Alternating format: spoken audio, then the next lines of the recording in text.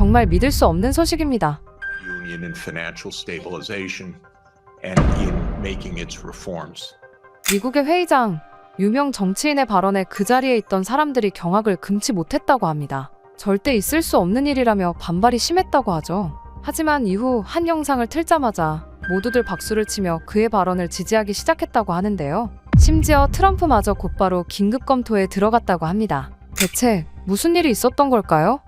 안녕하세요. 저는 제이슨 파커입니다. LA에서 10년째 자동차 전문 기자로 일하고 있죠. 특종이 있는 곳이라면 어디든 물불 가리지 않고 뛰어다녔습니다. 하지만 이러한 일상이 익숙해진 저에게도 그날의 사건은 충격적이었죠. 누구도 예상하지 못했던 일이 벌어졌으니까요. 아직도 그날의 기억이 생생하네요. 그날 아침, LA 외곽에서 시작된 산불 소식을 듣자마자 저는 현장으로 달려갔습니다. 제 직업병이랄까요? 대형 사고가 나면 자동차 피해 상황을 취재하는 게 습관이 됐거든요. 하지만 이번 산불은 달랐어요. 규모가 너무 컸습니다. 소방관 한 명이 땀을 닦으며 이런 산불은 처음이라고 말했죠. 불길은 바람을 타고 도시 주택가로 빠르게 번졌습니다. 대피 명령이 내려졌지만 너무 갑작스러워 많은 주민들이 차량을 두고 떠날 수밖에 없었어요. 제 눈앞에 펼쳐진 광경은 마치 전쟁터 같았죠. 길가에 주차되어 있던 차들은 대부분 형체를 알아볼 수 없을 정도로 불타 있었습니다.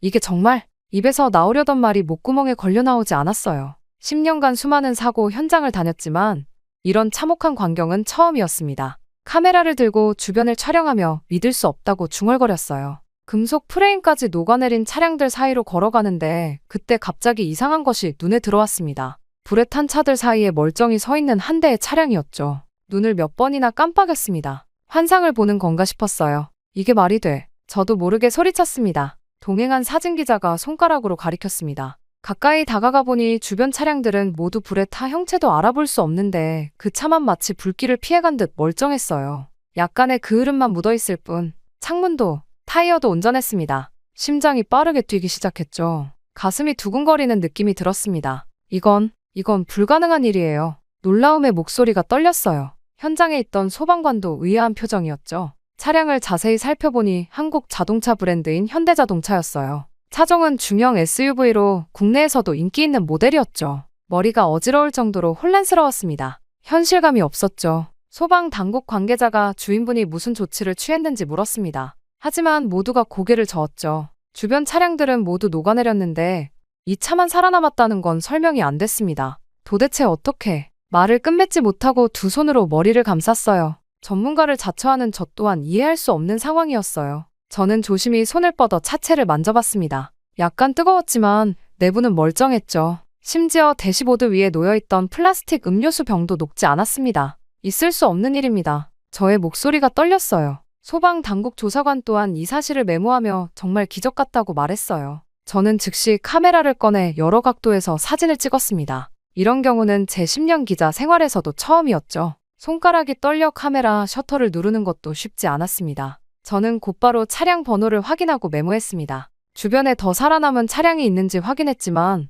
오직 이 한국 브랜드 차량만이 불길 속에서 살아남았어요. 이건 분명 특종감이었습니다. 흥분으로 숨이 가빠졌죠. 다리가 후들거렸습니다. 소방서 관계자와 자동차 엔지니어들이 모여들기 시작했죠. 모두 도대체 어떻게 이 차만 멀쩡한 건지 궁금해했습니다. 그들의 표정에서 혼란과 호기심이 보였어요. 저는 곧바로 카메라를 켜고 현장 리포트를 시작했습니다. 아드레날린이 솟구쳐 오르는 것을 느꼈죠. 그렇게 산불 현장에서 찍은 그 한국차 사진이 방송된 지 단 몇 시간 만에 일이 커졌습니다. 제 리포트가 지역 뉴스에서 전국 방송으로 확대됐고 소셜미디어에서는 폭발적인 반응이 일어났어요. 아침에 일어나 보니 제 인스타그램은 알림으로 가득했죠. 많은 팔로워들이 믿을 수 없다며 조작 의혹을 제기했습니다. 일부는 한국차만 살아남았다는 사실에 의심을 표했고 또 다른 이들은 한국차의 우수성을 칭찬했어요. SNS에서는 해시태그 불타지 않는 자동차가 트렌드에 올랐습니다. 사람들은 제가 찍은 사진을 공유하며 각자의 의견을 내놓기 시작했어요.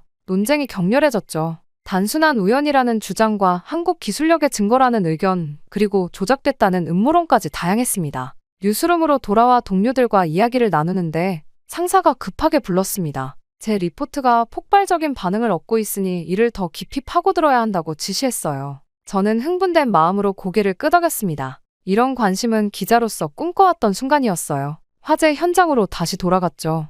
이번에는 더 많은 전문가들이 모여 있었습니다. LA 소방국 조사관들과 여러 자동차 회사의 엔지니어들, 그리고 보험사 관계자들까지요. 그 한국차는 아직도 그 자리에 멀쩡히 서 있었습니다. 소방국 수석 조사관 마이클이 좀 더 자세한 조사 결과를 보여주었어요. 불길이 이 차 주변으로 1000도 이상 올라갔지만 이 차는 실내까지 거의 온전했다고 했습니다. 이는 단순한 우연이 아니라는 점을 강조했어요. 차체 구조와 재질이 특별한 것 같다는 의견이 나왔습니다. 이 모델의 강판과 내장재가 다른 차들과 다르다는 분석이었어요. 소셜미디어의 논쟁은 더욱 뜨거워졌습니다. 자동차 매체들도 이 이야기를 다루기 시작했죠. 유명 자동차 잡지들이 저에게 인터뷰를 요청해왔어요. 자동차 전문가들은 두 진영으로 나뉘었습니다. 한쪽은 단순한 우연의 일치라고 주장했고, 다른 쪽은 한국 자동차 기술의 우수성을 입증하는 증거라고 말했어요. 소방국과 자동차안전연구소는 공동조사팀을 구성했습니다. 그들이 발표한 중간 보고서는 더 큰 파장을 불러일으켰어요.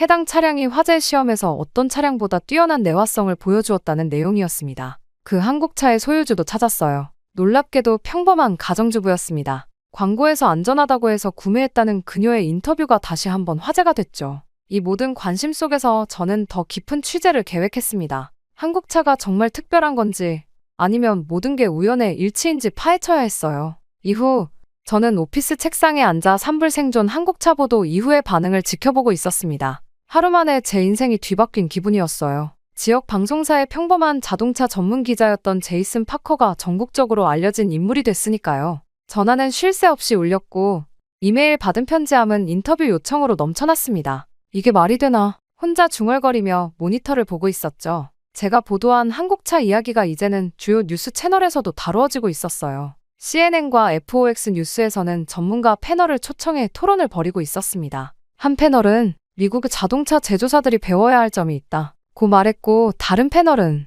단순한 우연을 너무 부풀리는 것이라고 반박했어요. 그러다 갑자기 더 놀라운 일이 벌어졌습니다. 제 휴대폰으로 전화가 왔는데 발신자는 FOX 뉴스 프로듀서였어요. 파커 씨, 오늘 저녁 생방송에 출연해 주실 수 있을까요? 워싱턴에서 정치인들도 이 이슈에 관심을 보이기 시작했습니다. 방송에 출연했을 때 진행자는 미소를 지으며 물었죠. 파커 씨, 이 한국차 사건이 이제는 정치권에서도 화제가 되고 있다는 사실을 알고 계셨나요? 저는 당황했습니다. 아니요, 그건 몰랐어요. 어떤 식으로요? 진행자는 태블릿을 들어 화면을 보여주었습니다. 상원경제위원회 회의 영상이었어요. 한 정치인이 농담처럼 말했습니다. 한국차 관세 낮춰야 하는 거 아닙니까? 미국 차보다 튼튼한데. 그의 말에 회의장에서는 웃음이 터져나왔지만 그 말은 가볍게 넘어가지 않았습니다. 자동차 산업은 미국 경제의 핵심이었고 수입차와의 경쟁은 늘 민감한 주제였기 때문이죠. 방송이 끝나고 호텔로 돌아왔을 때 소셜미디어는 더 뜨겁게 달아올라 있었습니다.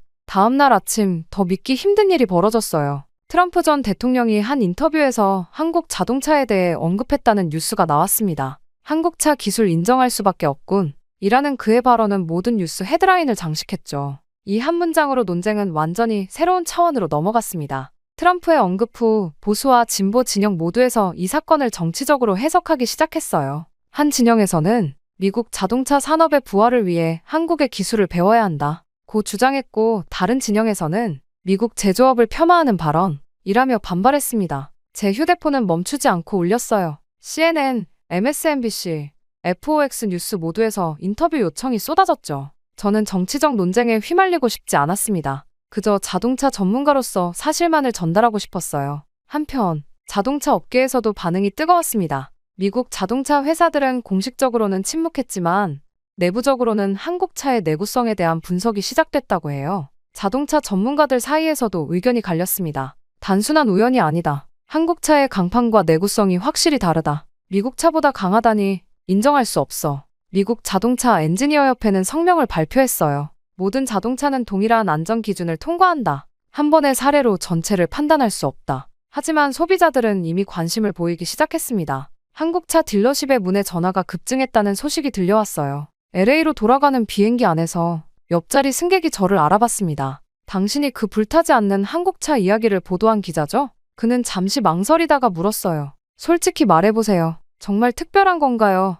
아니면 그냥 우연인가요? 저는 깊은 숨을 내쉬며 대답했습니다. 그것을 알아내는 것이 제 다음 임무입니다. 비행기에서 내린 후 저는 사무실로 곧장 향했습니다. 컴퓨터 앞에 앉자마자 한국차 제조사에 대한 자료를 찾기 시작했어요. 산불 생존 차량의 구조, 재료, 생산 공정까지 모든 정보를 수집했습니다. 하지만 온라인 자료만으로는 한계가 있었죠. 이대로는 안 되겠어. 저는 펜을 내려놓고 생각에 잠겼습니다. 한국차의 내구성이 정말 특별한 건지 그냥 우연의 일치인지 확실히 알 수 있는 방법은 하나뿐이었어요. 직접 확인하는 것입니다. 다음 날 아침, 제 책상 위에는 발신자 불명의 봉투가 놓여 있었어요. 열어보니 산불 생존 차량과 동일한 모델의 구조도와 제작 공정에 관한 자료였습니다. 누군가 내부 정보를 흘린 것이 분명했죠. 자료를 살펴보니 일반적인 자동차와는 확실히 다른 점이 보였어요. 전화기를 들어 동료 엔지니어 마이크에게 연락했습니다. 마이크, 이거 봐야 해. 이 차는 일반 차량과 달라. 마이크뿐만 아니라 자동차 전문 기자 데니얼, 소재 공학자 리사까지 모였습니다. 우리는 자료를 분석하며 토론했어요. 이 특수 강판의 용융점은 일반 차량보다 훨씬 높아. 리사가 말했습니다. 그리고 이 내장재는 난연성이 뛰어나고. 데니얼이 고개를 들었어요. 이거 직접 확인해야겠어. 문서로는 한계가 있어. 우리 모두 같은 생각이었습니다. 한국에 가서 직접 봐야 해. 마이크가 말했죠. 그래야 확실한 기사를 쓸 수 있어. 며칠 후 저희 넷은 인천행 비행기에 탑승했습니다. 기내에서 저는 한국 자동차 산업의 역사를 공부했어요. 불과 40년 전만 해도 세계 무대에서 존재감이 없던 한국차가 이제는 글로벌 기업으로 성장했습니다. 그 비결이 궁금했죠. 정말 우연이었을까? 아니면 한국차가 진짜 특별한 걸까? 비행기 창밖을 바라보며 생각했습니다. 우리가 직접 테스트해보면 알겠지. 그렇게 13시간의 비행 끝에 인천에 도착했어요. 공항에는 한국 자동차 회사 대표가 마중 나와 있었습니다. 파커 씨, 방문해주셔서 감사합니다. 저희 공장에서 모든 것을 보여드리겠습니다. 호텔에 짐을 풀고 간단히 휴식을 취한 후 우리는 서울 근교의 자동차 연구소로 향했어요. 창밖으로 보이는 서울의 풍경은 현대적이고 세련되었습니다. 도로 위를 달리는 차들 중 많은 수가 우리가 조사하러 온 그 브랜드였어요. 연구소에 도착하자 수십 명의 엔지니어와 연구원들이 우리를 맞이했습니다. 그들의 눈빛에서 자부심이 느껴졌어요. 미국에서 온 전문가들에게 우리 기술을 보여줄 기회라고 생각하는 것 같았습니다. 어서 오세요, 파커 씨. 저희가 어떻게 차를 만드는지 직접 보여드리겠습니다. 연구소장 김민수는 우리 일행을 공장으로 안내했습니다. 현대적인 연구소를 지나 실제 자동차가 생산되는 곳으로 들어섰어요. 첫인상부터 예상과 달랐습니다. 미국 자동차 공장과는 확연히 다른 분위기였죠. 김 소장이 자부심 가득한 목소리로 메인 생산 라인을 소개했습니다. 거대한 로봇들이 정확한 동작으로 차체를 조립하고 있었어요. 그런데 곳곳에서 사람들이 각 공정을 세심하게 확인하고 있었습니다. 마이크가 놀란 표정으로 이렇게 많은 인력이 검수하는지 물었어요. 김 소장은 자동화도 중요하지만 사람의 눈과 손으로 확인하는 과정을 특히 중요시한다고 답했습니다. 우리 모두 의미심장한 눈빛을 교환했어요. 다음으로 우리는 소재 연구실로 이동했습니다. 리사가 특히 관심을 보였죠. 한국 엔지니어가 특수 강판을 보여주며 일반적인 자동차 강판보다 약 30% 더 높은 내열성을 가지고 있다고 설명했어요. 리사가 이런 특성을 어떻게 구현했는지 물었습니다. 엔지니어는 특수 열처리 공정과 나노 코팅 기술의 결합이라며 자사만의 특허 기술이라고 답했어요. 우리는 이어서 내구성 테스트 센터로 이동했습니다. 그곳에서 본 광경은 정말 놀라웠어요. 차량을 극한의 조건에 노출시키는 다양한 실험들이 진행 중이었습니다. 화재 시뮬레이션, 압착 테스트, 충돌 실험까지. 미국에서도 물론 이런 테스트를 하지만 한국에서는 그 강도와 빈도가 훨씬 높아 보였어요. 엔지니어가 1100도의 화염에 5분간 노출된 후의 차량 상태를 설명했습니다. 외부는 그 흐름으로 검게 변했지만 내부 구조와 승객 공간은 거의 온전했어요. 데니얼이 이것이 LA 산불과 비슷한 조건이라고 감탄했습니다. 엔지니어는 세계 각지의 극한 상황을 시뮬레이션한다며 북극의 혹한, 사하라의 폭염, 그리고 캘리포니아의 산불까지 포함된다고 설명했어요. 품질관리센터에서는 더 놀라운 광경이 펼쳐졌습니다. 완성된 차량 중 무작위로 선별의 100가지가 넘는 항목을 검사하고 있었어요. 미세한 도장 흠집이나 1mm 이하의 조립 오차도 발견하면 전량 재작업을 진행한다고 했습니다. 제가 이 정도로 엄격하게 관리하는지 물었어요. 김 소장은 웃으며 이건 기본이라며 자사의 철학은 완벽함을 넘어선 완벽함이라고 답했습니다. 마지막으로 우리는 소재 연구센터의 최첨단 실험실을 방문했어요. 그곳에서 가장 인상적이었던 것은 극한환경 대응 내장재 연구였습니다. 일반 플라스틱보다 내열성이 5배 이상 높은 소재를 개발 중이었어요. 모든 시설을 둘러본 후 우리는 회의실에 모였습니다. 한동안 아무도 말을 꺼내지 못했어요. 너무나 충격적인 경험이었죠. 마침내 마이크가 침묵을 깨고 이런 공정을 거쳤으니 당연히 튼튼할 수밖에 없다고 말했습니다. 리사도 고개를 끄덕이며 미국 공장에서는 볼 수 없는 수준의 품질 관리라며 특히 소재 연구가 놀랍다고 했어요. 데니얼은 메모장에 빠르게 필기하며 이것이 단순한 운이 아닌 시스템적인 차이라고 말했습니다. 저는 깊은 생각에 잠겼어요. 이 모든 것이 LA에서 본 기적 같은 광경을 설명해주고 있었습니다. 하지만 과연 이것이 전부일까요? 이 이상의 무언가가 더 있지 않을까 하는 의구심이 들었습니다. 다음 날 아침, 우리는 일찍 기상해 김 소장이 언급한 극한 테스트 시설로 향했습니다. 시내에서 약 1시간 떨어진 곳에 위치한 이 시설은 외부에서 봤을 때는 평범한 연구소처럼 보였어요. 하지만 내부는 완전히 달랐습니다. 이곳은 저희가 리미트 브레이커라고 부르는 시설입니다. 세계에서 가장 극한의 조건을 만들어 차량의 한계를 시험하죠. 김 소장의 설명에 우리 모두 기대감으로 가득 찼습니다. 첫 번째 테스트는 화재 저항성 실험이었어요. 특수 제작된 챔버 안에 실제 완성된 한국차 한 대가 위치해 있었습니다. 시험 감독관이 설명했어요. 이 테스트는 실제 산불 상황을 재현합니다. 온도는 최대 1200도까지 올라가며 약 10분간 지속됩니다. 우리는 방열 유리로 된 관찰실에서 테스트를 지켜봤습니다. 불이 붙기 시작하자 챔버 내부가 순식간에 붉은 지옥으로 변했어요. 온도계는 빠르게 상승했고 곧 1000도를 넘어섰습니다. 마이크가 걱정스럽게 물었습니다. 차가 견딜 수 있을까요? 김 소장은 자신감 있게 고개를 끄덕였어요. 10분이 지났을 때 불길이 사그라들고 차량이 모습을 드러냈습니다. 외부는 검게 그을렸지만 차체의 형태는 그대로 유지되어 있었어요. 더 놀라운 것은 내부였습니다. 엔지니어가 문을 열자 시트와 대시보드가 거의 손상되지 않은 모습이 드러났습니다. 리사가 감탄했어요. 이런 고온에서 내장재가 살아남다니. 다음 테스트는 충돌 실험이었습니다. 일반적인 충돌 테스트보다 50% 더 강한 충격을 가하는 특수 장비를 사용했어요. 차량이 벽을 향해 시속 80km로 돌진했고 엄청난 충격과 함께 정면이 구겨졌습니다. 하지만 A필러와 캐빈 구조는 거의 변형되지 않았어요. 마지막으로 가장 인상적인 테스트가 진행됐습니다. 복합 극한 환경 테스트라고 불리는 이 실험은 고온, 저온, 습도, 염분, 진동 등 다양한 환경 요소를 번갈아가며 차량에 가하는 것이었어요. 보통 차량은 2주 정도면 심각한 손상이 발생한다고 하는데 한국차는 8주가 지나도 주요 기능에 문제가 없었다고 합니다. 우리는 실험 데이터와 영상을 자세히 검토했습니다. 특히 화재 테스트의 결과는 LA 산불에서 목격했던 현상과 정확히 일치했어요. 한국에서 개발한 특수 강판과 내열 내장재 그리고 엄격한 품질 관리가 만들어낸 결과였습니다. 데니얼이 감탄했어요. 이제야 이해가 되네. 우연이 아니라 기술력의 차이였어. 마이크는 노트북에 데이터를 분석하며 고개를 끄덕였습니다. 미국 차량도 안전 기준을 통과하지만 이건 그 기준을 훨씬 뛰어넘는 수준이야. 특히 인상적이었던 것은 초극한 충격 테스트였어요. 일반적으로 상상하기 힘든 강도의 물리적 충격을 가했지만 차량의 핵심 구조는 거의 영향을 받지 않았습니다. 한국 엔지니어들이 개발한 특수 구조와 소재의 결합이 이런 결과를 만들어냈다고 해요. 저녁, 김 소장과 한국 엔지니어들은 우리를 전통 한식당으로 초대했습니다. 식사를 하며 우리는 오늘 본 테스트에 대해 열띤 토론을 벌였어요. 마지막 질문으로 저는 김 소장에게 물었습니다. 왜 이렇게까지 극한의 테스트를 하나요? 일반적인 안전 기준을 통과하는 것만으로도 충분하지 않나요? 김 소장의 대답은 간단하면서도 강렬했어요. 우리는 고객의 생명을 지키는 일에 타협하지 않습니다. 가능한 모든 상황에서 안전해야 한다고 믿어요. 그날 밤, 호텔로 돌아온 우리는 미국의 전할 보고서를 작성하기 시작했습니다. 이제 우리는 LA 산불에서 살아남은 그 차가 우연이 아닌 한국 자동차 기술의 결정체라는 사실을 확신했어요. 미국으로 돌아오는 비행기 안에서 우리 팀은 지난 일주일 동안 보고 경험한 것들을 정리했습니다. 데니얼은 영상 자료를, 리사는 기술적 분석을, 마이크는 테스트 결과 데이터를 담당했어요. 저는 이 모든 것을 하나로 엮어 종합 보고서를 작성했습니다.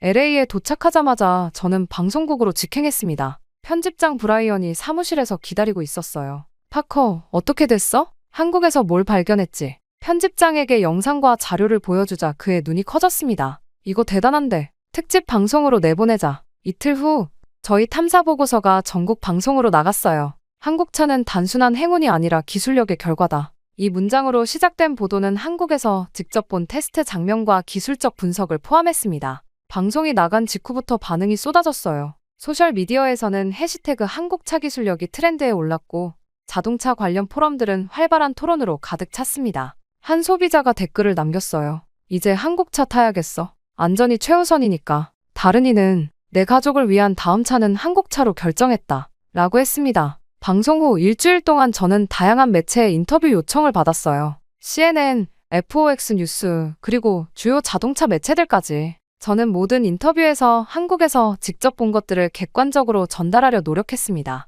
가장 놀라운 반응은 자동차 판매 데이터에서 나타났어요. 우리 보도 이후 단 2주 만에 한국차 브랜드의 미국 내 판매량이 30% 급증했다는 보고가 있었습니다. 특히 우리가 방송에서 보여준 그 모델은 딜러십에서 품절 사태를 빚을 정도였죠. 소비자들의 반응은 단순한 호기심을 넘어섰어요. 안전에 대한 진지한 관심이었습니다. 내 가족이 타는 차라면 화재나 사고에서 살아남을 수 있는 차를 선택하고 싶다. 는 의견이 많았죠. 미국 자동차 회사들도 침묵을 깼습니다. 포드의 대변인은 우리도 유사한 기술을 개발 중이라고 밝혔고, GM은 소비자의 안전은 항상 우리의 최우선 가치라고 말했어요. 하지만 소비자들은 이미 눈을 뜬 상태였습니다. 가장 인상적인 변화는 자동차 구매 패턴이었어요. 과거에는 미국 소비자들이 차량 선택 시 디자인, 성능, 가격을 주로 고려했다면 이제는 극한 상황에서의 안전성이 새로운 구매 기준으로 떠올랐습니다. 자동차 안전평가 기관들도 기준을 재검토하기 시작했어요. 기존의 안전 테스트는 일상적인 충돌 상황만 고려했지만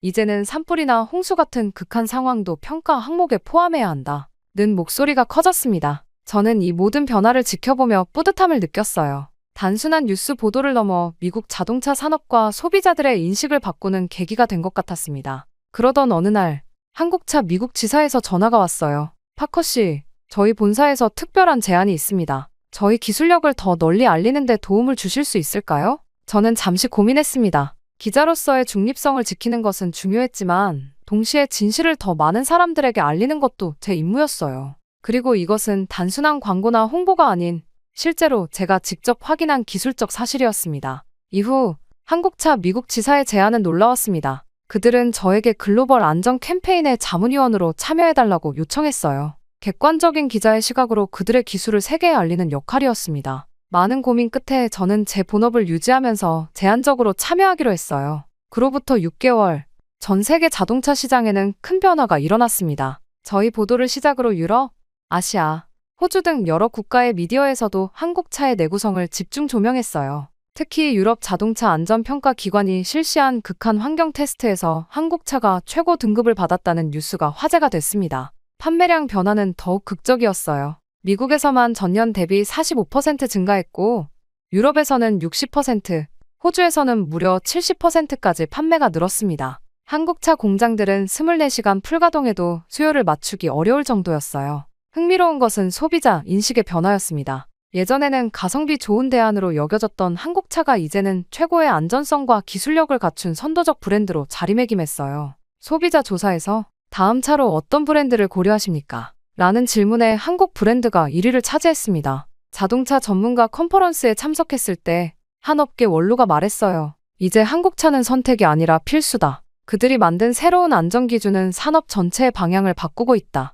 전통적인 명차 브랜드들도 한국의 기술력을 인정하기 시작했습니다. 독일의 프리미엄 브랜드들은 한국 소재 회사와 협력을 시작했고, 미국 제조사들은 한국식 품질 관리 시스템을 도입하기 시작했어요. 가장 큰 변화는 자동차 산업의 패러다임 전환이었습니다. 예전에는 디자인, 성능, 편의사양이 주요 경쟁 포인트였다면 이제는 극한 상황에서의 안전성이 가장 중요한 판매 포인트가 됐어요. 산불, 홍수, 극한 기후에서도 탑승자를 보호할 수 있는 능력이 새로운 기준이 된 것입니다. 한국 자동차 산업의 성공은 국가 브랜드 가치에도 긍정적인 영향을 미쳤어요. 글로벌 브랜드 평가 기관은 한국의 국가 브랜드 가치가 전년 대비 15% 상승했다고 발표했습니다. 제 개인적인 경력에도 큰 변화가 있었어요. 자동차 안전 기술 분야의 권위자로 인정받게 되었고, 여러 국제 컨퍼런스의 연사로 초청받았습니다. 그러나 저에게 가장 보람 있었던 것은 제가 보도한 내용이 실제로 사람들의 안전에 기여했다는 점이었어요.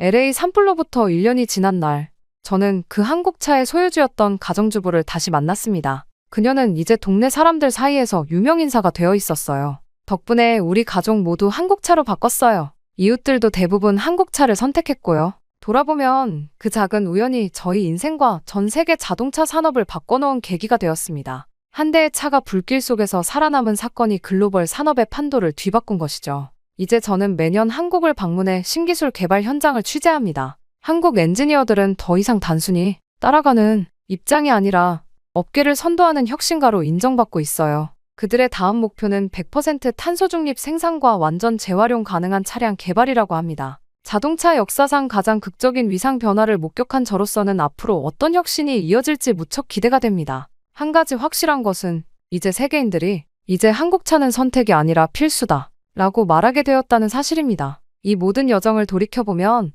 처음 LA 산불 현장에서 그 멀쩡한 한국차를 발견했을 때의 놀라움이 아직도 생생합니다. 한국 방문을 통해 저는 단순한 자동차 기술을 넘어 중요한 교훈을 얻었어요. 품질에 대한 타협하지 않는 정신, 끊임없는 혁신을 추구하는 자세, 그리고 무엇보다 사람의 안전을 최우선으로 여기는 가치관이 진정한 성공의 비결이라는 것을 깨달았습니다. 저는 이 모든 경험을 통해 자동차 기자로서뿐만 아니라 한 사람으로서도 많이 성장했어요. 한국의 엔지니어들과 연구원들에게 깊은 감사의 마음을 갖게 되었습니다. 그들이 보여준 헌신과 열정이 없었다면 오늘날의 자동차 안전 기준에 혁명적인 변화는 없었을 것입니다. 이제 제 책상 위에는 그 산불에서 살아남은 한국차의 작은 모형이 놓여 있어요. 매일 그것을 보며 저는 우연이 아닌 노력과 헌신이 만드는 기적의 힘을 떠올립니다. 한국이 전 세계에 가르쳐준 이 값진 교훈을 저는 앞으로도 계속 전하고 싶습니다. 미국이 발칵 뒤집혔습니다. 최근 미국의 한 가정이 전 세계적으로 관심을 받고 있다고 하는데요.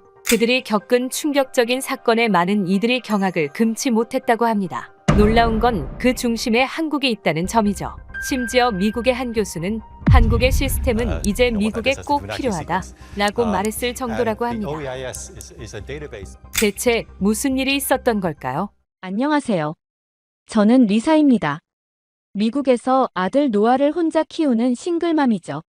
솔직히 말하자면 저는 아시아에 큰 편견을 가지고 있었습니다.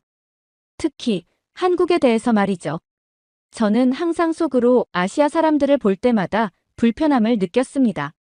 제 마음속에서 한국인들은 다소 거칠고 믿을 수 없는 사람들로 자리 잡았어요. 한국 문화와 관련된 모든 것이 낯설고 이질적으로 느껴졌죠. 한 번은 쇼핑몰에서 한국 식당 앞을 지나가다 코를 찌르는 마늘 냄새와 고추 냄새에 얼굴을 찡그렸습니다. 한국 음식은 지나치게 강한 향이 난다고 생각했어요. 왜 사람들이 저런 강한 향의 음식을 즐기는지 이해할 수 없었습니다. 노아의 손을 잡고 서둘러 그 자리를 떠났죠. 노아는 의아한 표정을 지었지만 저는 설명할 필요가 없다고 생각했습니다. 그저 제 아들이 그런 문화에 노출되지 않기를 바랐어요. 특히 한국인들은 정신적으로도 문제가 많은 것 같다는 생각이 들었었어요. 예전에 한국인이 대학교에서 총기 난사한 사건도 있잖아요. 정신 건강 문제를 겪고 있었다고는 하지만 어떤 미친 인간이 총기를 난사를 하나요? 그 사건 이후로 한국인들은 매우 위험하고 폭력적이라는 편견까지 추가가 되었습니다. 그래서 TV에서 가끔 태권도 같은 무술 장면이 나오면 채널을 돌렸습니다. 저는 태권도 같은 무술이 아이들을 폭력적으로 만든다고 확신했거든요. 이런 편견이 자신에게는 당연하다고 믿었고 이를 바꿀 이유가 없다고 생각했어요. 제 주변 친구들도 비슷한 생각을 가지고 있었으니까요. 아들 노아에게도 비슷한 배경을 가진 친구들과 어울리는 것이 더 좋을 거라고 은연중에 말하곤 했죠. 같은 인종인 우월한 저희 백인들과 함께 어울리는 것이 정서적으로도 좋을 것이 확실하니까요. 하지만 요즘 들어 고민이 많습니다. 바로 노아 때문이죠. 노아는 사람들과 접촉하는 것을 무척 두려워했거든요. 누군가 말을 걸면 고개를 푹 숙이고 손가락만 만지작거리기만 했습니다. 특히 이번 학교에 입학하고 나서는 상황이 더 심각해졌어요. 노아는 학교에서 친구가 거의 없었어요. 다른 아이들이 소풍이나 파티에 초대받을 때 노아는 항상 빠졌습니다. 점심시간이면 언제나 식당 구석에서 혼자 조용히 식사를 했죠. 가끔 학부모 모임에서 다른 엄마들이 아이들 이야기를 할 때 저는 할 말이 없어 불편했습니다. 노아에게는 그런 즐거운 추억이 없었으니까요. 하루는 노아의 담임 선생님께서 전화를 주셨어요. 노아가 수업 시간에 질문을 받으면 얼굴이 새빨개지고 말을 더듬는다고 하셨습니다. 발표는 아예 하지 못했죠. 선생님께서는 노아가 사회성 발달에 문제가 있을 수 있다고 말씀하셨어요. 그때 저는 속으로 괜찮아질 거야 라고 생각했습니다. 모든 아이가 다 같을 수는 없으니까요. 그때를 생각하면 정말 후회가 되고는 합니다. 그건 저만의 착각이었으니까요. 그러던 어느 날 학교에 급히 노트를 가져다 주러 갔다가 저는 큰 충격에 완전히 얼어붙고 말았습니다. 복도 끝에서 노아가 몇몇 아이들에게 둘러싸여 있었어요. 그 아이들이 노아의 책가방을 빼앗아 내용물을 바닥에 쏟아붓고 있었죠. 노아의 점심 도시락은 이미 바닥에 엎어져 있었고 아이들은 키득거리며 노아를 손가락으로 가리키고 있었어요. 심장이 터질 것 같았습니다. 달려가 아이들을 뿔뿔이 흩어지게 했지만 노아의 눈에 고인 눈물을 보는 순간 제 다리에 힘이 풀렸어요. 그 자리에 무릎을 꿇고 노아를 껴안았습니다. 아들의 작은 어깨가 흐느낌으로 떨리는 것이 느껴졌죠. 대체 언제부터 이런 일이 있었니? 물었을 때 노아는 눈을 피하며 괜찮아요. 엄마라고만 대답했어요. 집으로 돌아와서도 노아는 아무 말 없이 자신의 방에 틀어박혔습니다. 그날 밤 아들의 문 앞에서 무릎을 꿇고 앉아 울었어요. 내 소중한 아이가 매일 이런 공포 속에서 학교에 가고 있었다니. 문틈으로 새어나오는 흐느낌 소리에 제 심장이 산산조각 났습니다. 그러던 어느 날 아침, 노아가 평소보다 일찍 일어나 식탁에 앉아 있었습니다. 얼굴에는 결연한 표정이 서려 있었어요. 노아는 잠시 망설이더니 조심스럽게 입을 열었습니다. 엄마, 저 태권도를 배우고 싶어요.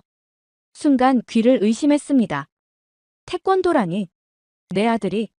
노아는 내 표정을 살피면서 이야기를 이어갔어요. 태권도를 배우면 자신감도 생기고 자기 자신을 지킬 수도 있을 거라고요. 그러면서 자신을 도와준 유일한 친구에 대해 이야기하기 시작했습니다. 그 친구의 이름은 지민이었고 한국계 미국인이었어요. 지민은 노아를 괴롭히는 아이들에게 맞서주는 유일한 친구였습니다. 노아가 그런 친구가 있다는 사실에 안도감이 들었지만 한편으로는 왜 이제야 말해주는지 서운했어요. 노아는 이야기를 이어갔습니다. 지민이 태권도를 배우고 있다고 했어요. 그리고 태권도를 배우면서 자신감을 얻게 되었다고 합니다. 노아의 눈이 반짝였어요. 제 심장이 얼어붙는 것 같았어요. 태권도라니. 한국 무술이잖아요.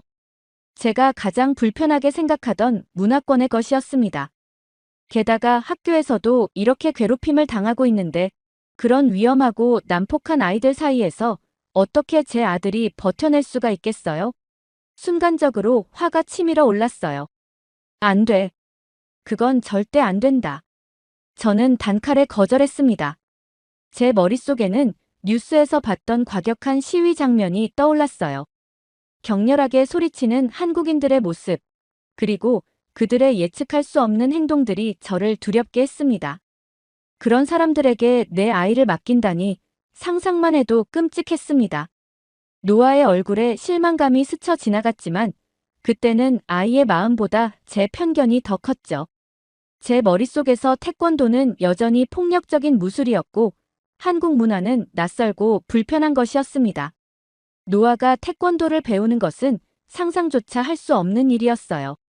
하지만 엄마, 지민이가 말하길 태권도는 단순히 싸움을 가르치는 게 아니래요. 자신을 통제하는 법도 배운대요. 노아의 목소리가 평소보다 높아졌습니다.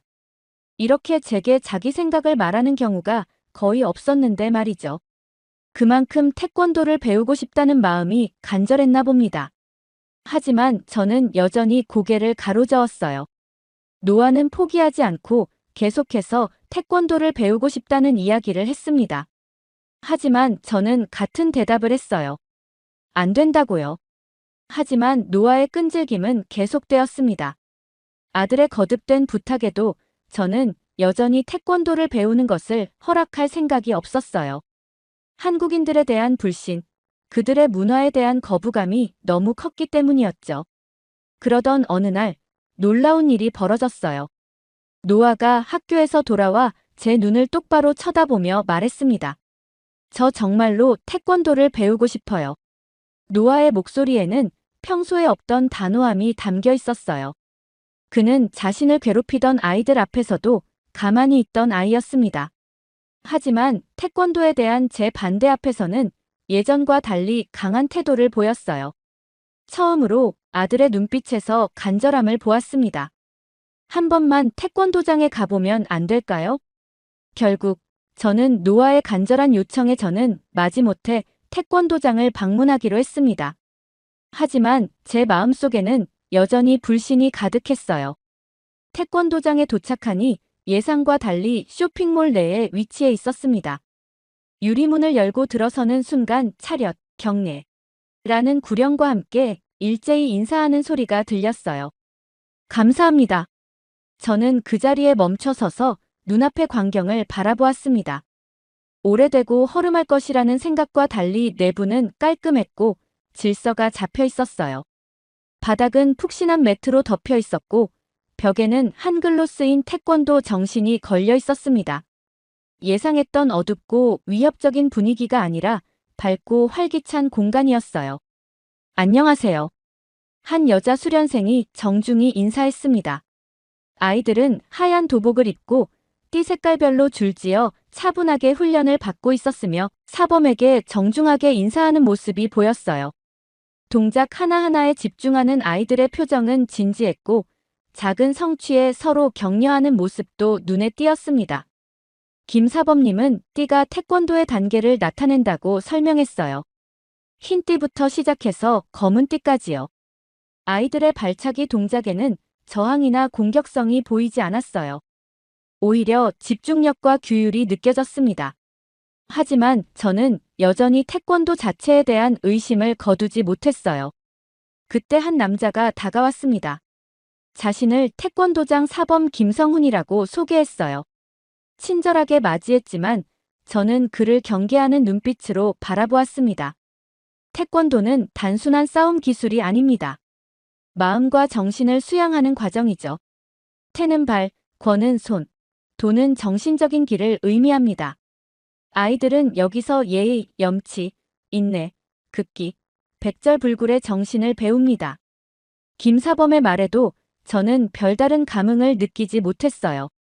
겉으로는 고개를 끄덕였지만 속으로는 그래, 말은 그렇게 하겠지라고 생각했습니다. 발차기와 주먹 지르기가 어떻게 정신 수양과 연결되는지 이해할 수 없었어요. 노아가 오래가지 못할 것이라고 확신했습니다. 하지만 노아의 눈빛은 달랐어요. 처음으로 그의 눈에서 희망이 보였습니다. 노아의 눈에서 희망을 본 그날 이후 저는 마지못해 태권도를 배우도록 허락했습니다. 일주일에 2번, 방과 후에 노아를 태권도장에 데려다 주기로 했어요. 솔직히 노아가 금방 흥미를 잃을 거라고 생각했거든요. 곧 노아도 제 편견이 옳았다는 걸 알게 될 테니까요. 첫 수업날 노아는 너무 긴장해서 손에 땀이 흥건했어요. 다른 아이들처럼 하얀 도복을 입고 맨발로 매트 위에 섰지만 그 모습이 어색해 보였습니다. 노아는 처음에는 태권도의 기본 동작조차 따라하기 어려웠어요. 다른 아이들이 발차기를 할 때 노아는 중심을 잃고 넘어지기 일쑤였습니다. 김사범의 지시를 따라 하나, 둘, 셋, 넷 구령에 맞춰 동작을 해야 했지만 노아는 박자를 놓치곤 했어요. 그런데 놀라운 일이 벌어졌습니다. 노아가 포기하지 않았어요. 집에 돌아와서도 거실에서 배운 동작을 연습할 정도였죠. 처음에는 비웃으려고 했지만 아들의 진지한 표정을 보니 그럴 수 없었습니다. 노아는 연습을 거듭했어요. 넘어져도 다시 일어나 같은 동작을 반복했습니다. 한 달이 지나자 조금씩 변화가 보이기 시작했어요. 노아의 자세가 달라졌습니다. 등이 펴지고 걸음걸이가 좀 더 당당해졌어요. 하지만 무엇보다 눈에 띄는 건 그의 눈빛이었습니다. 전에는 항상 바닥을 향하던 시선이 이제는 정면을 바라보기 시작했어요. 태권도를 배우면서 노아는 처음으로 자신감을 가지게 된 것 같았습니다. 학교에서도 변화가 있었어요. 어느 날 노아의 선생님께서 전화를 주셨습니다. 노아가 최근에 수업 시간에 손을 들고 질문에 답하기 시작했다고요. 소극적이던 아이가 조금씩 적극적으로 변하고 있다는 말씀에 가슴이 뭉클했습니다. 여전히 괴롭힘을 당할 때가 있었지만 노아의 대응 방식이 달라졌어요. 어느 날 학교에서 돌아온 노아가 자랑스럽게 말했습니다. 오늘 잭이 또 내 점심을 가져가려고 했어요. 하지만 저는 그만해라고 말했어요. 크게 소리치지 않고 그냥 단호하게요. 김사범님이 가르쳐 주신 대로요. 그 말에 눈물이 날 것만 같았습니다. 노아가 예전처럼 움츠러들지 않고 단호한 태도로 대응하기 시작한 거예요. 자신을 괴롭히는 아이들에게 조용하지만 강한 목소리로 그만하라고 말했고, 놀랍게도 이를 본 아이들은 점점 노아를 함부로 대하지 못했습니다. 태권도장에서의 훈련은 단순한 신체적 단련이 아니었어요. 김사범은 기술뿐만 아니라 끈기, 인내, 예의, 그리고 자신을 통제하는 법을 가르쳤습니다. 매 수업 시작과 끝에 하는 인사, 사범과 선배들에 대한 공경, 그리고 자신보다 약한 사람을 돕는 태도 등을 배웠어요. 점점 더 노아의 태권도 실력이 향상되었습니다. 노란띠 심사를 통과했을 때 노아의 얼굴에는 자부심이 가득했어요. 그것은 단순히 띠의 색깔이 바뀐 것이 아니라 노력의 결실을 맺은 성취감이었습니다. 한 번은 노아가 태권도장에서 시범을 보이는 날이 있었어요. 긴장된 표정으로 매트 위에 선 노아를 보며 저도 모르게 가슴이 조여왔습니다. 그런데 시범이 시작되자 노아의 표정이 변했어요. 집중력이 느껴지는 진지한 눈빛, 정확한 동작, 그리고 힘찬 기합까지. 그 모습은 제가 알던 소심한 아이가 아니었습니다. 노아는 단순히 싸울 힘을 기르는 것이 아니라 자신을 다스릴 수 있는 힘을 기르고 있었어요. 그는 태권도를 배우면서 내면의 두려움을 극복하는 법을 배워가고 있었습니다. 김사범의 말이 생각났어요. 진정한 태권도는 마음의 수련이다. 이제야 그 말의 의미를 조금씩 이해하게 되었습니다. 태권도를 시작한 지 몇 개월이 지나면서 노아의 변화는 더욱 뚜렷해졌습니다. 처음에는 이런 변화를 인정하기 싫었어요. 제 편견이 무너지는 것 같았거든요. 하지만 그런 아들의 변화를 점점 실감하게 되었습니다. 아침에 일어나는 시간부터 달라졌어요. 전에는 제가 여러 번 깨워야 겨우 일어나던 노아가 이제는 알람 소리에 스스로 일어나 아침 스트레칭을 했습니다. 식사 시간에도 바른 자세로 앉아 식사 예절을 지켰어요. 밥을 먹기 전 잘 먹겠습니다라고 말하는 모습이 어색하면서도 기특했습니다. 노아는 집에서도 밝아졌어요. 전에는 늘 방에 틀어박혀 있던 아이가 이제는 거실에서 책을 읽거나 숙제를 했습니다. 가끔 제게 태권도에서 배운 것들을 열심히 설명해 주기도 했어요. 그의 눈은 이야기할 때마다 반짝였습니다. 무엇보다 놀라웠던 건 노아가 스스로를 더 돌보려 했다는 점이에요. 방을 정리하고 샤워 후에 젖은 수건을 잘 걸어두며 옷도 스스로 골라 입었습니다. 태권도를 배우면서 책임감이 생긴 것 같았어요. 어느 날 저녁, 노아가 식탁에서 이야기를 꺼냈습니다. 엄마, 다음 주에 승급 심사가 있어요. 노아의 목소리에는 긴장감과 함께 자신감이 묻어났어요. 그동안 열심히 연습한 것을 보여줄 기회라고 했습니다. 노란띠에서 초록띠로 승급하는 심사라고 했어요. 저는 그저 고개를 끄덕였지만 속으로는 걱정이 되었습니다. 노아가 실패하면 어쩌나 하는 마음이 컸거든요. 심사 전날, 노아는 거실에서 계속 폼을 연습했습니다. 팔과 다리의 움직임이 정확해졌고 기합 소리도 힘이 있었어요. 아직 완벽하진 않았지만 그 진지한 태도에 존경심이 생겼습니다. 드디어 승급 심사 날이 되었어요. 태권도장은 평소보다 많은 사람들로 붐볐습니다. 학부모들이 벽을 따라 서서 자녀들을 응원했어요. 저도 그중 한 명이 되어 있었습니다. 언제부터인가 제 마음속에 자리 잡았던 태권도에 대한 거부감이 조금씩 사라지고 있었어요. 심사가 시작되었고 노아의 차례가 왔습니다. 매트 중앙에 선 노아는 제가 알던 소심한 아이가 아니었어요. 자신감 넘치는 모습으로 심사에 임했습니다. 기본 동작부터 품새, 그리고 격파까지 모든 동작을 집중하며 수행했어요. 때로는 실수도 했지만 당황하지 않고 계속 진행했습니다. 심사가 끝나고 결과 발표 시간, 노아는 긴장한 표정으로 기다렸어요. 김 사범님이 한 명씩 이름을 부르며 새로운 띠를 건네주었습니다. 마침내 노아의 이름이 불렸어요. 노아가 김 사범님 앞으로 나가 정중히 인사하고 새로운 띠를 건네받는 모습을 보며 저는 감동을 감추지 못했습니다. 눈물이 차올랐지만 꾹 참았어요. 노아가 돌아보며 환하게 웃었을 때 그 미소가 제 마음을 따뜻하게 데웠습니다. 저는 처음으로 태권도가 노아에게 긍정적인 영향을 주고 있다는 사실을 인정해야만 했어요. 그동안 제 편견이 얼마나 잘못되었는지 깨달았습니다. 태권도는 노아에게 단순한 운동이 아니라 자신감과 책임감, 그리고 삶의 태도를 가르쳐주고 있었어요. 심사가 끝나고 집으로 돌아오는 길 노아는 계속해서 심사 과정을 흥분된 목소리로 이야기했습니다. 그의 얼굴에는 성취감이 가득했어요.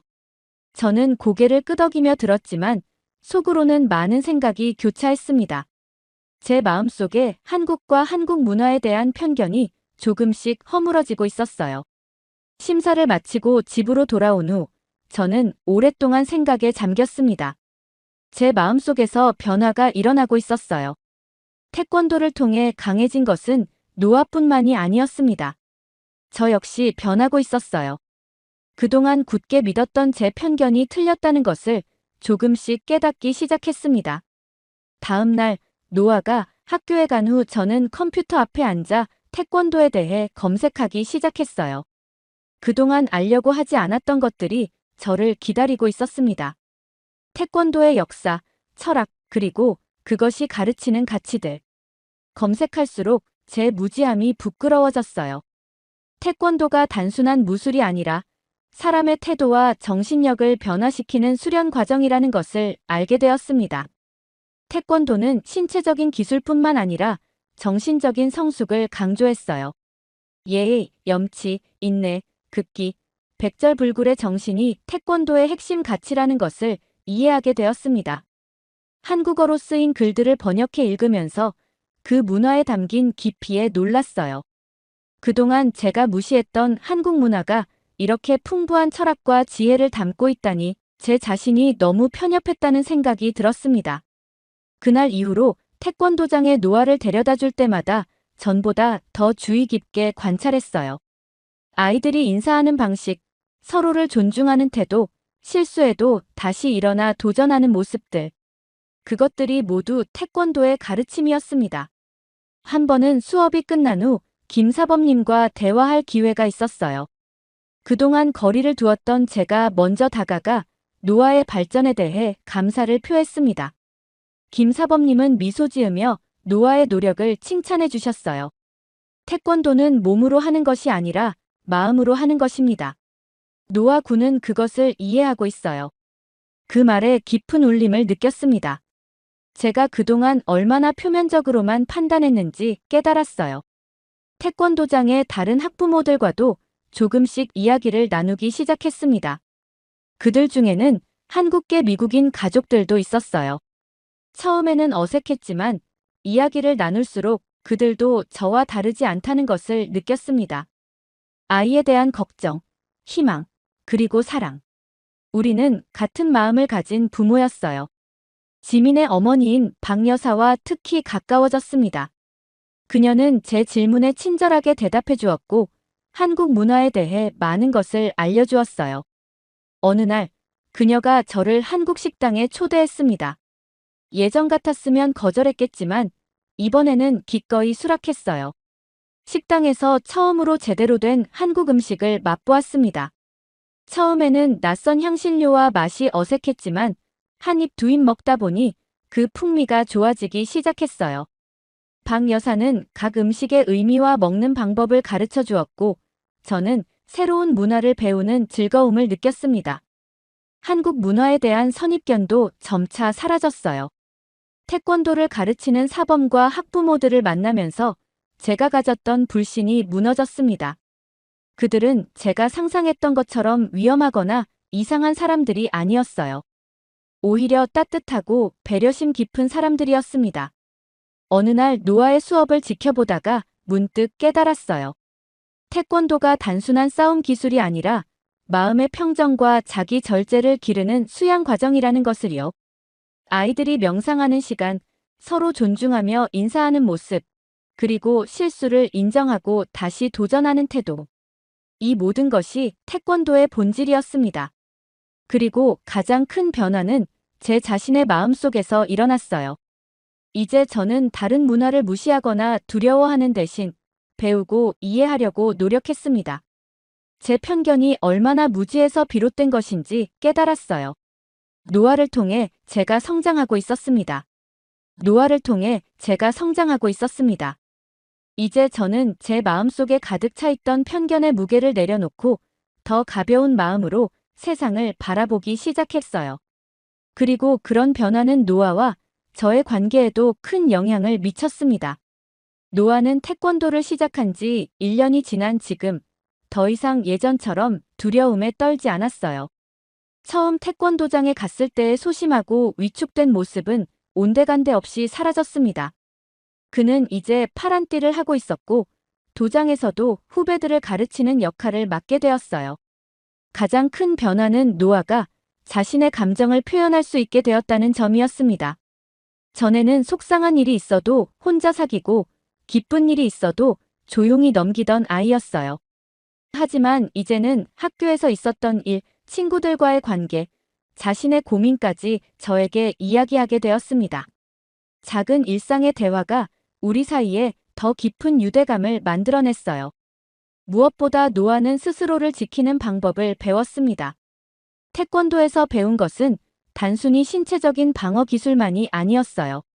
자신의 가치를 인정하고 부당한 상황에서 목소리를 내는 법을 배웠습니다. 한 번은 노아가 자신을 괴롭히던 아이에게 단호하게 대처한 이야기를 들려주었어요. 그 아이가 또 내 책을 가져가려고 했어요. 그래서 제가 말했어요. 내 물건이니 돌려줘. 그렇지 않으면 선생님께 말씀드릴러야. 그랬더니 그 아이가 책을 돌려주었어요. 노아의 목소리에는 자부심이 가득했습니다.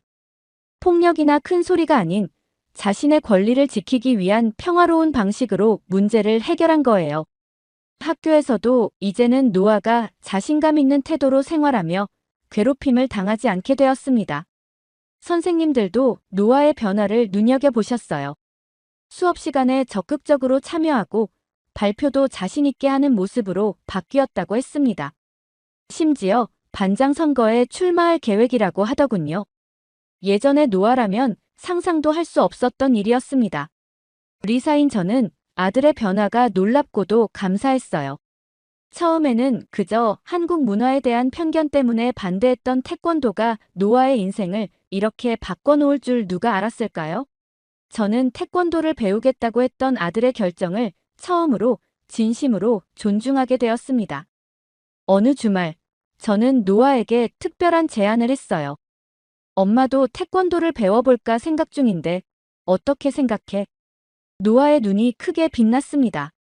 그는 즉시 도장에 가서 김사범님과 상담하자고 했어요. 처음에는 망설였지만 결국 저도 도복을 입고 수련생이 되었습니다.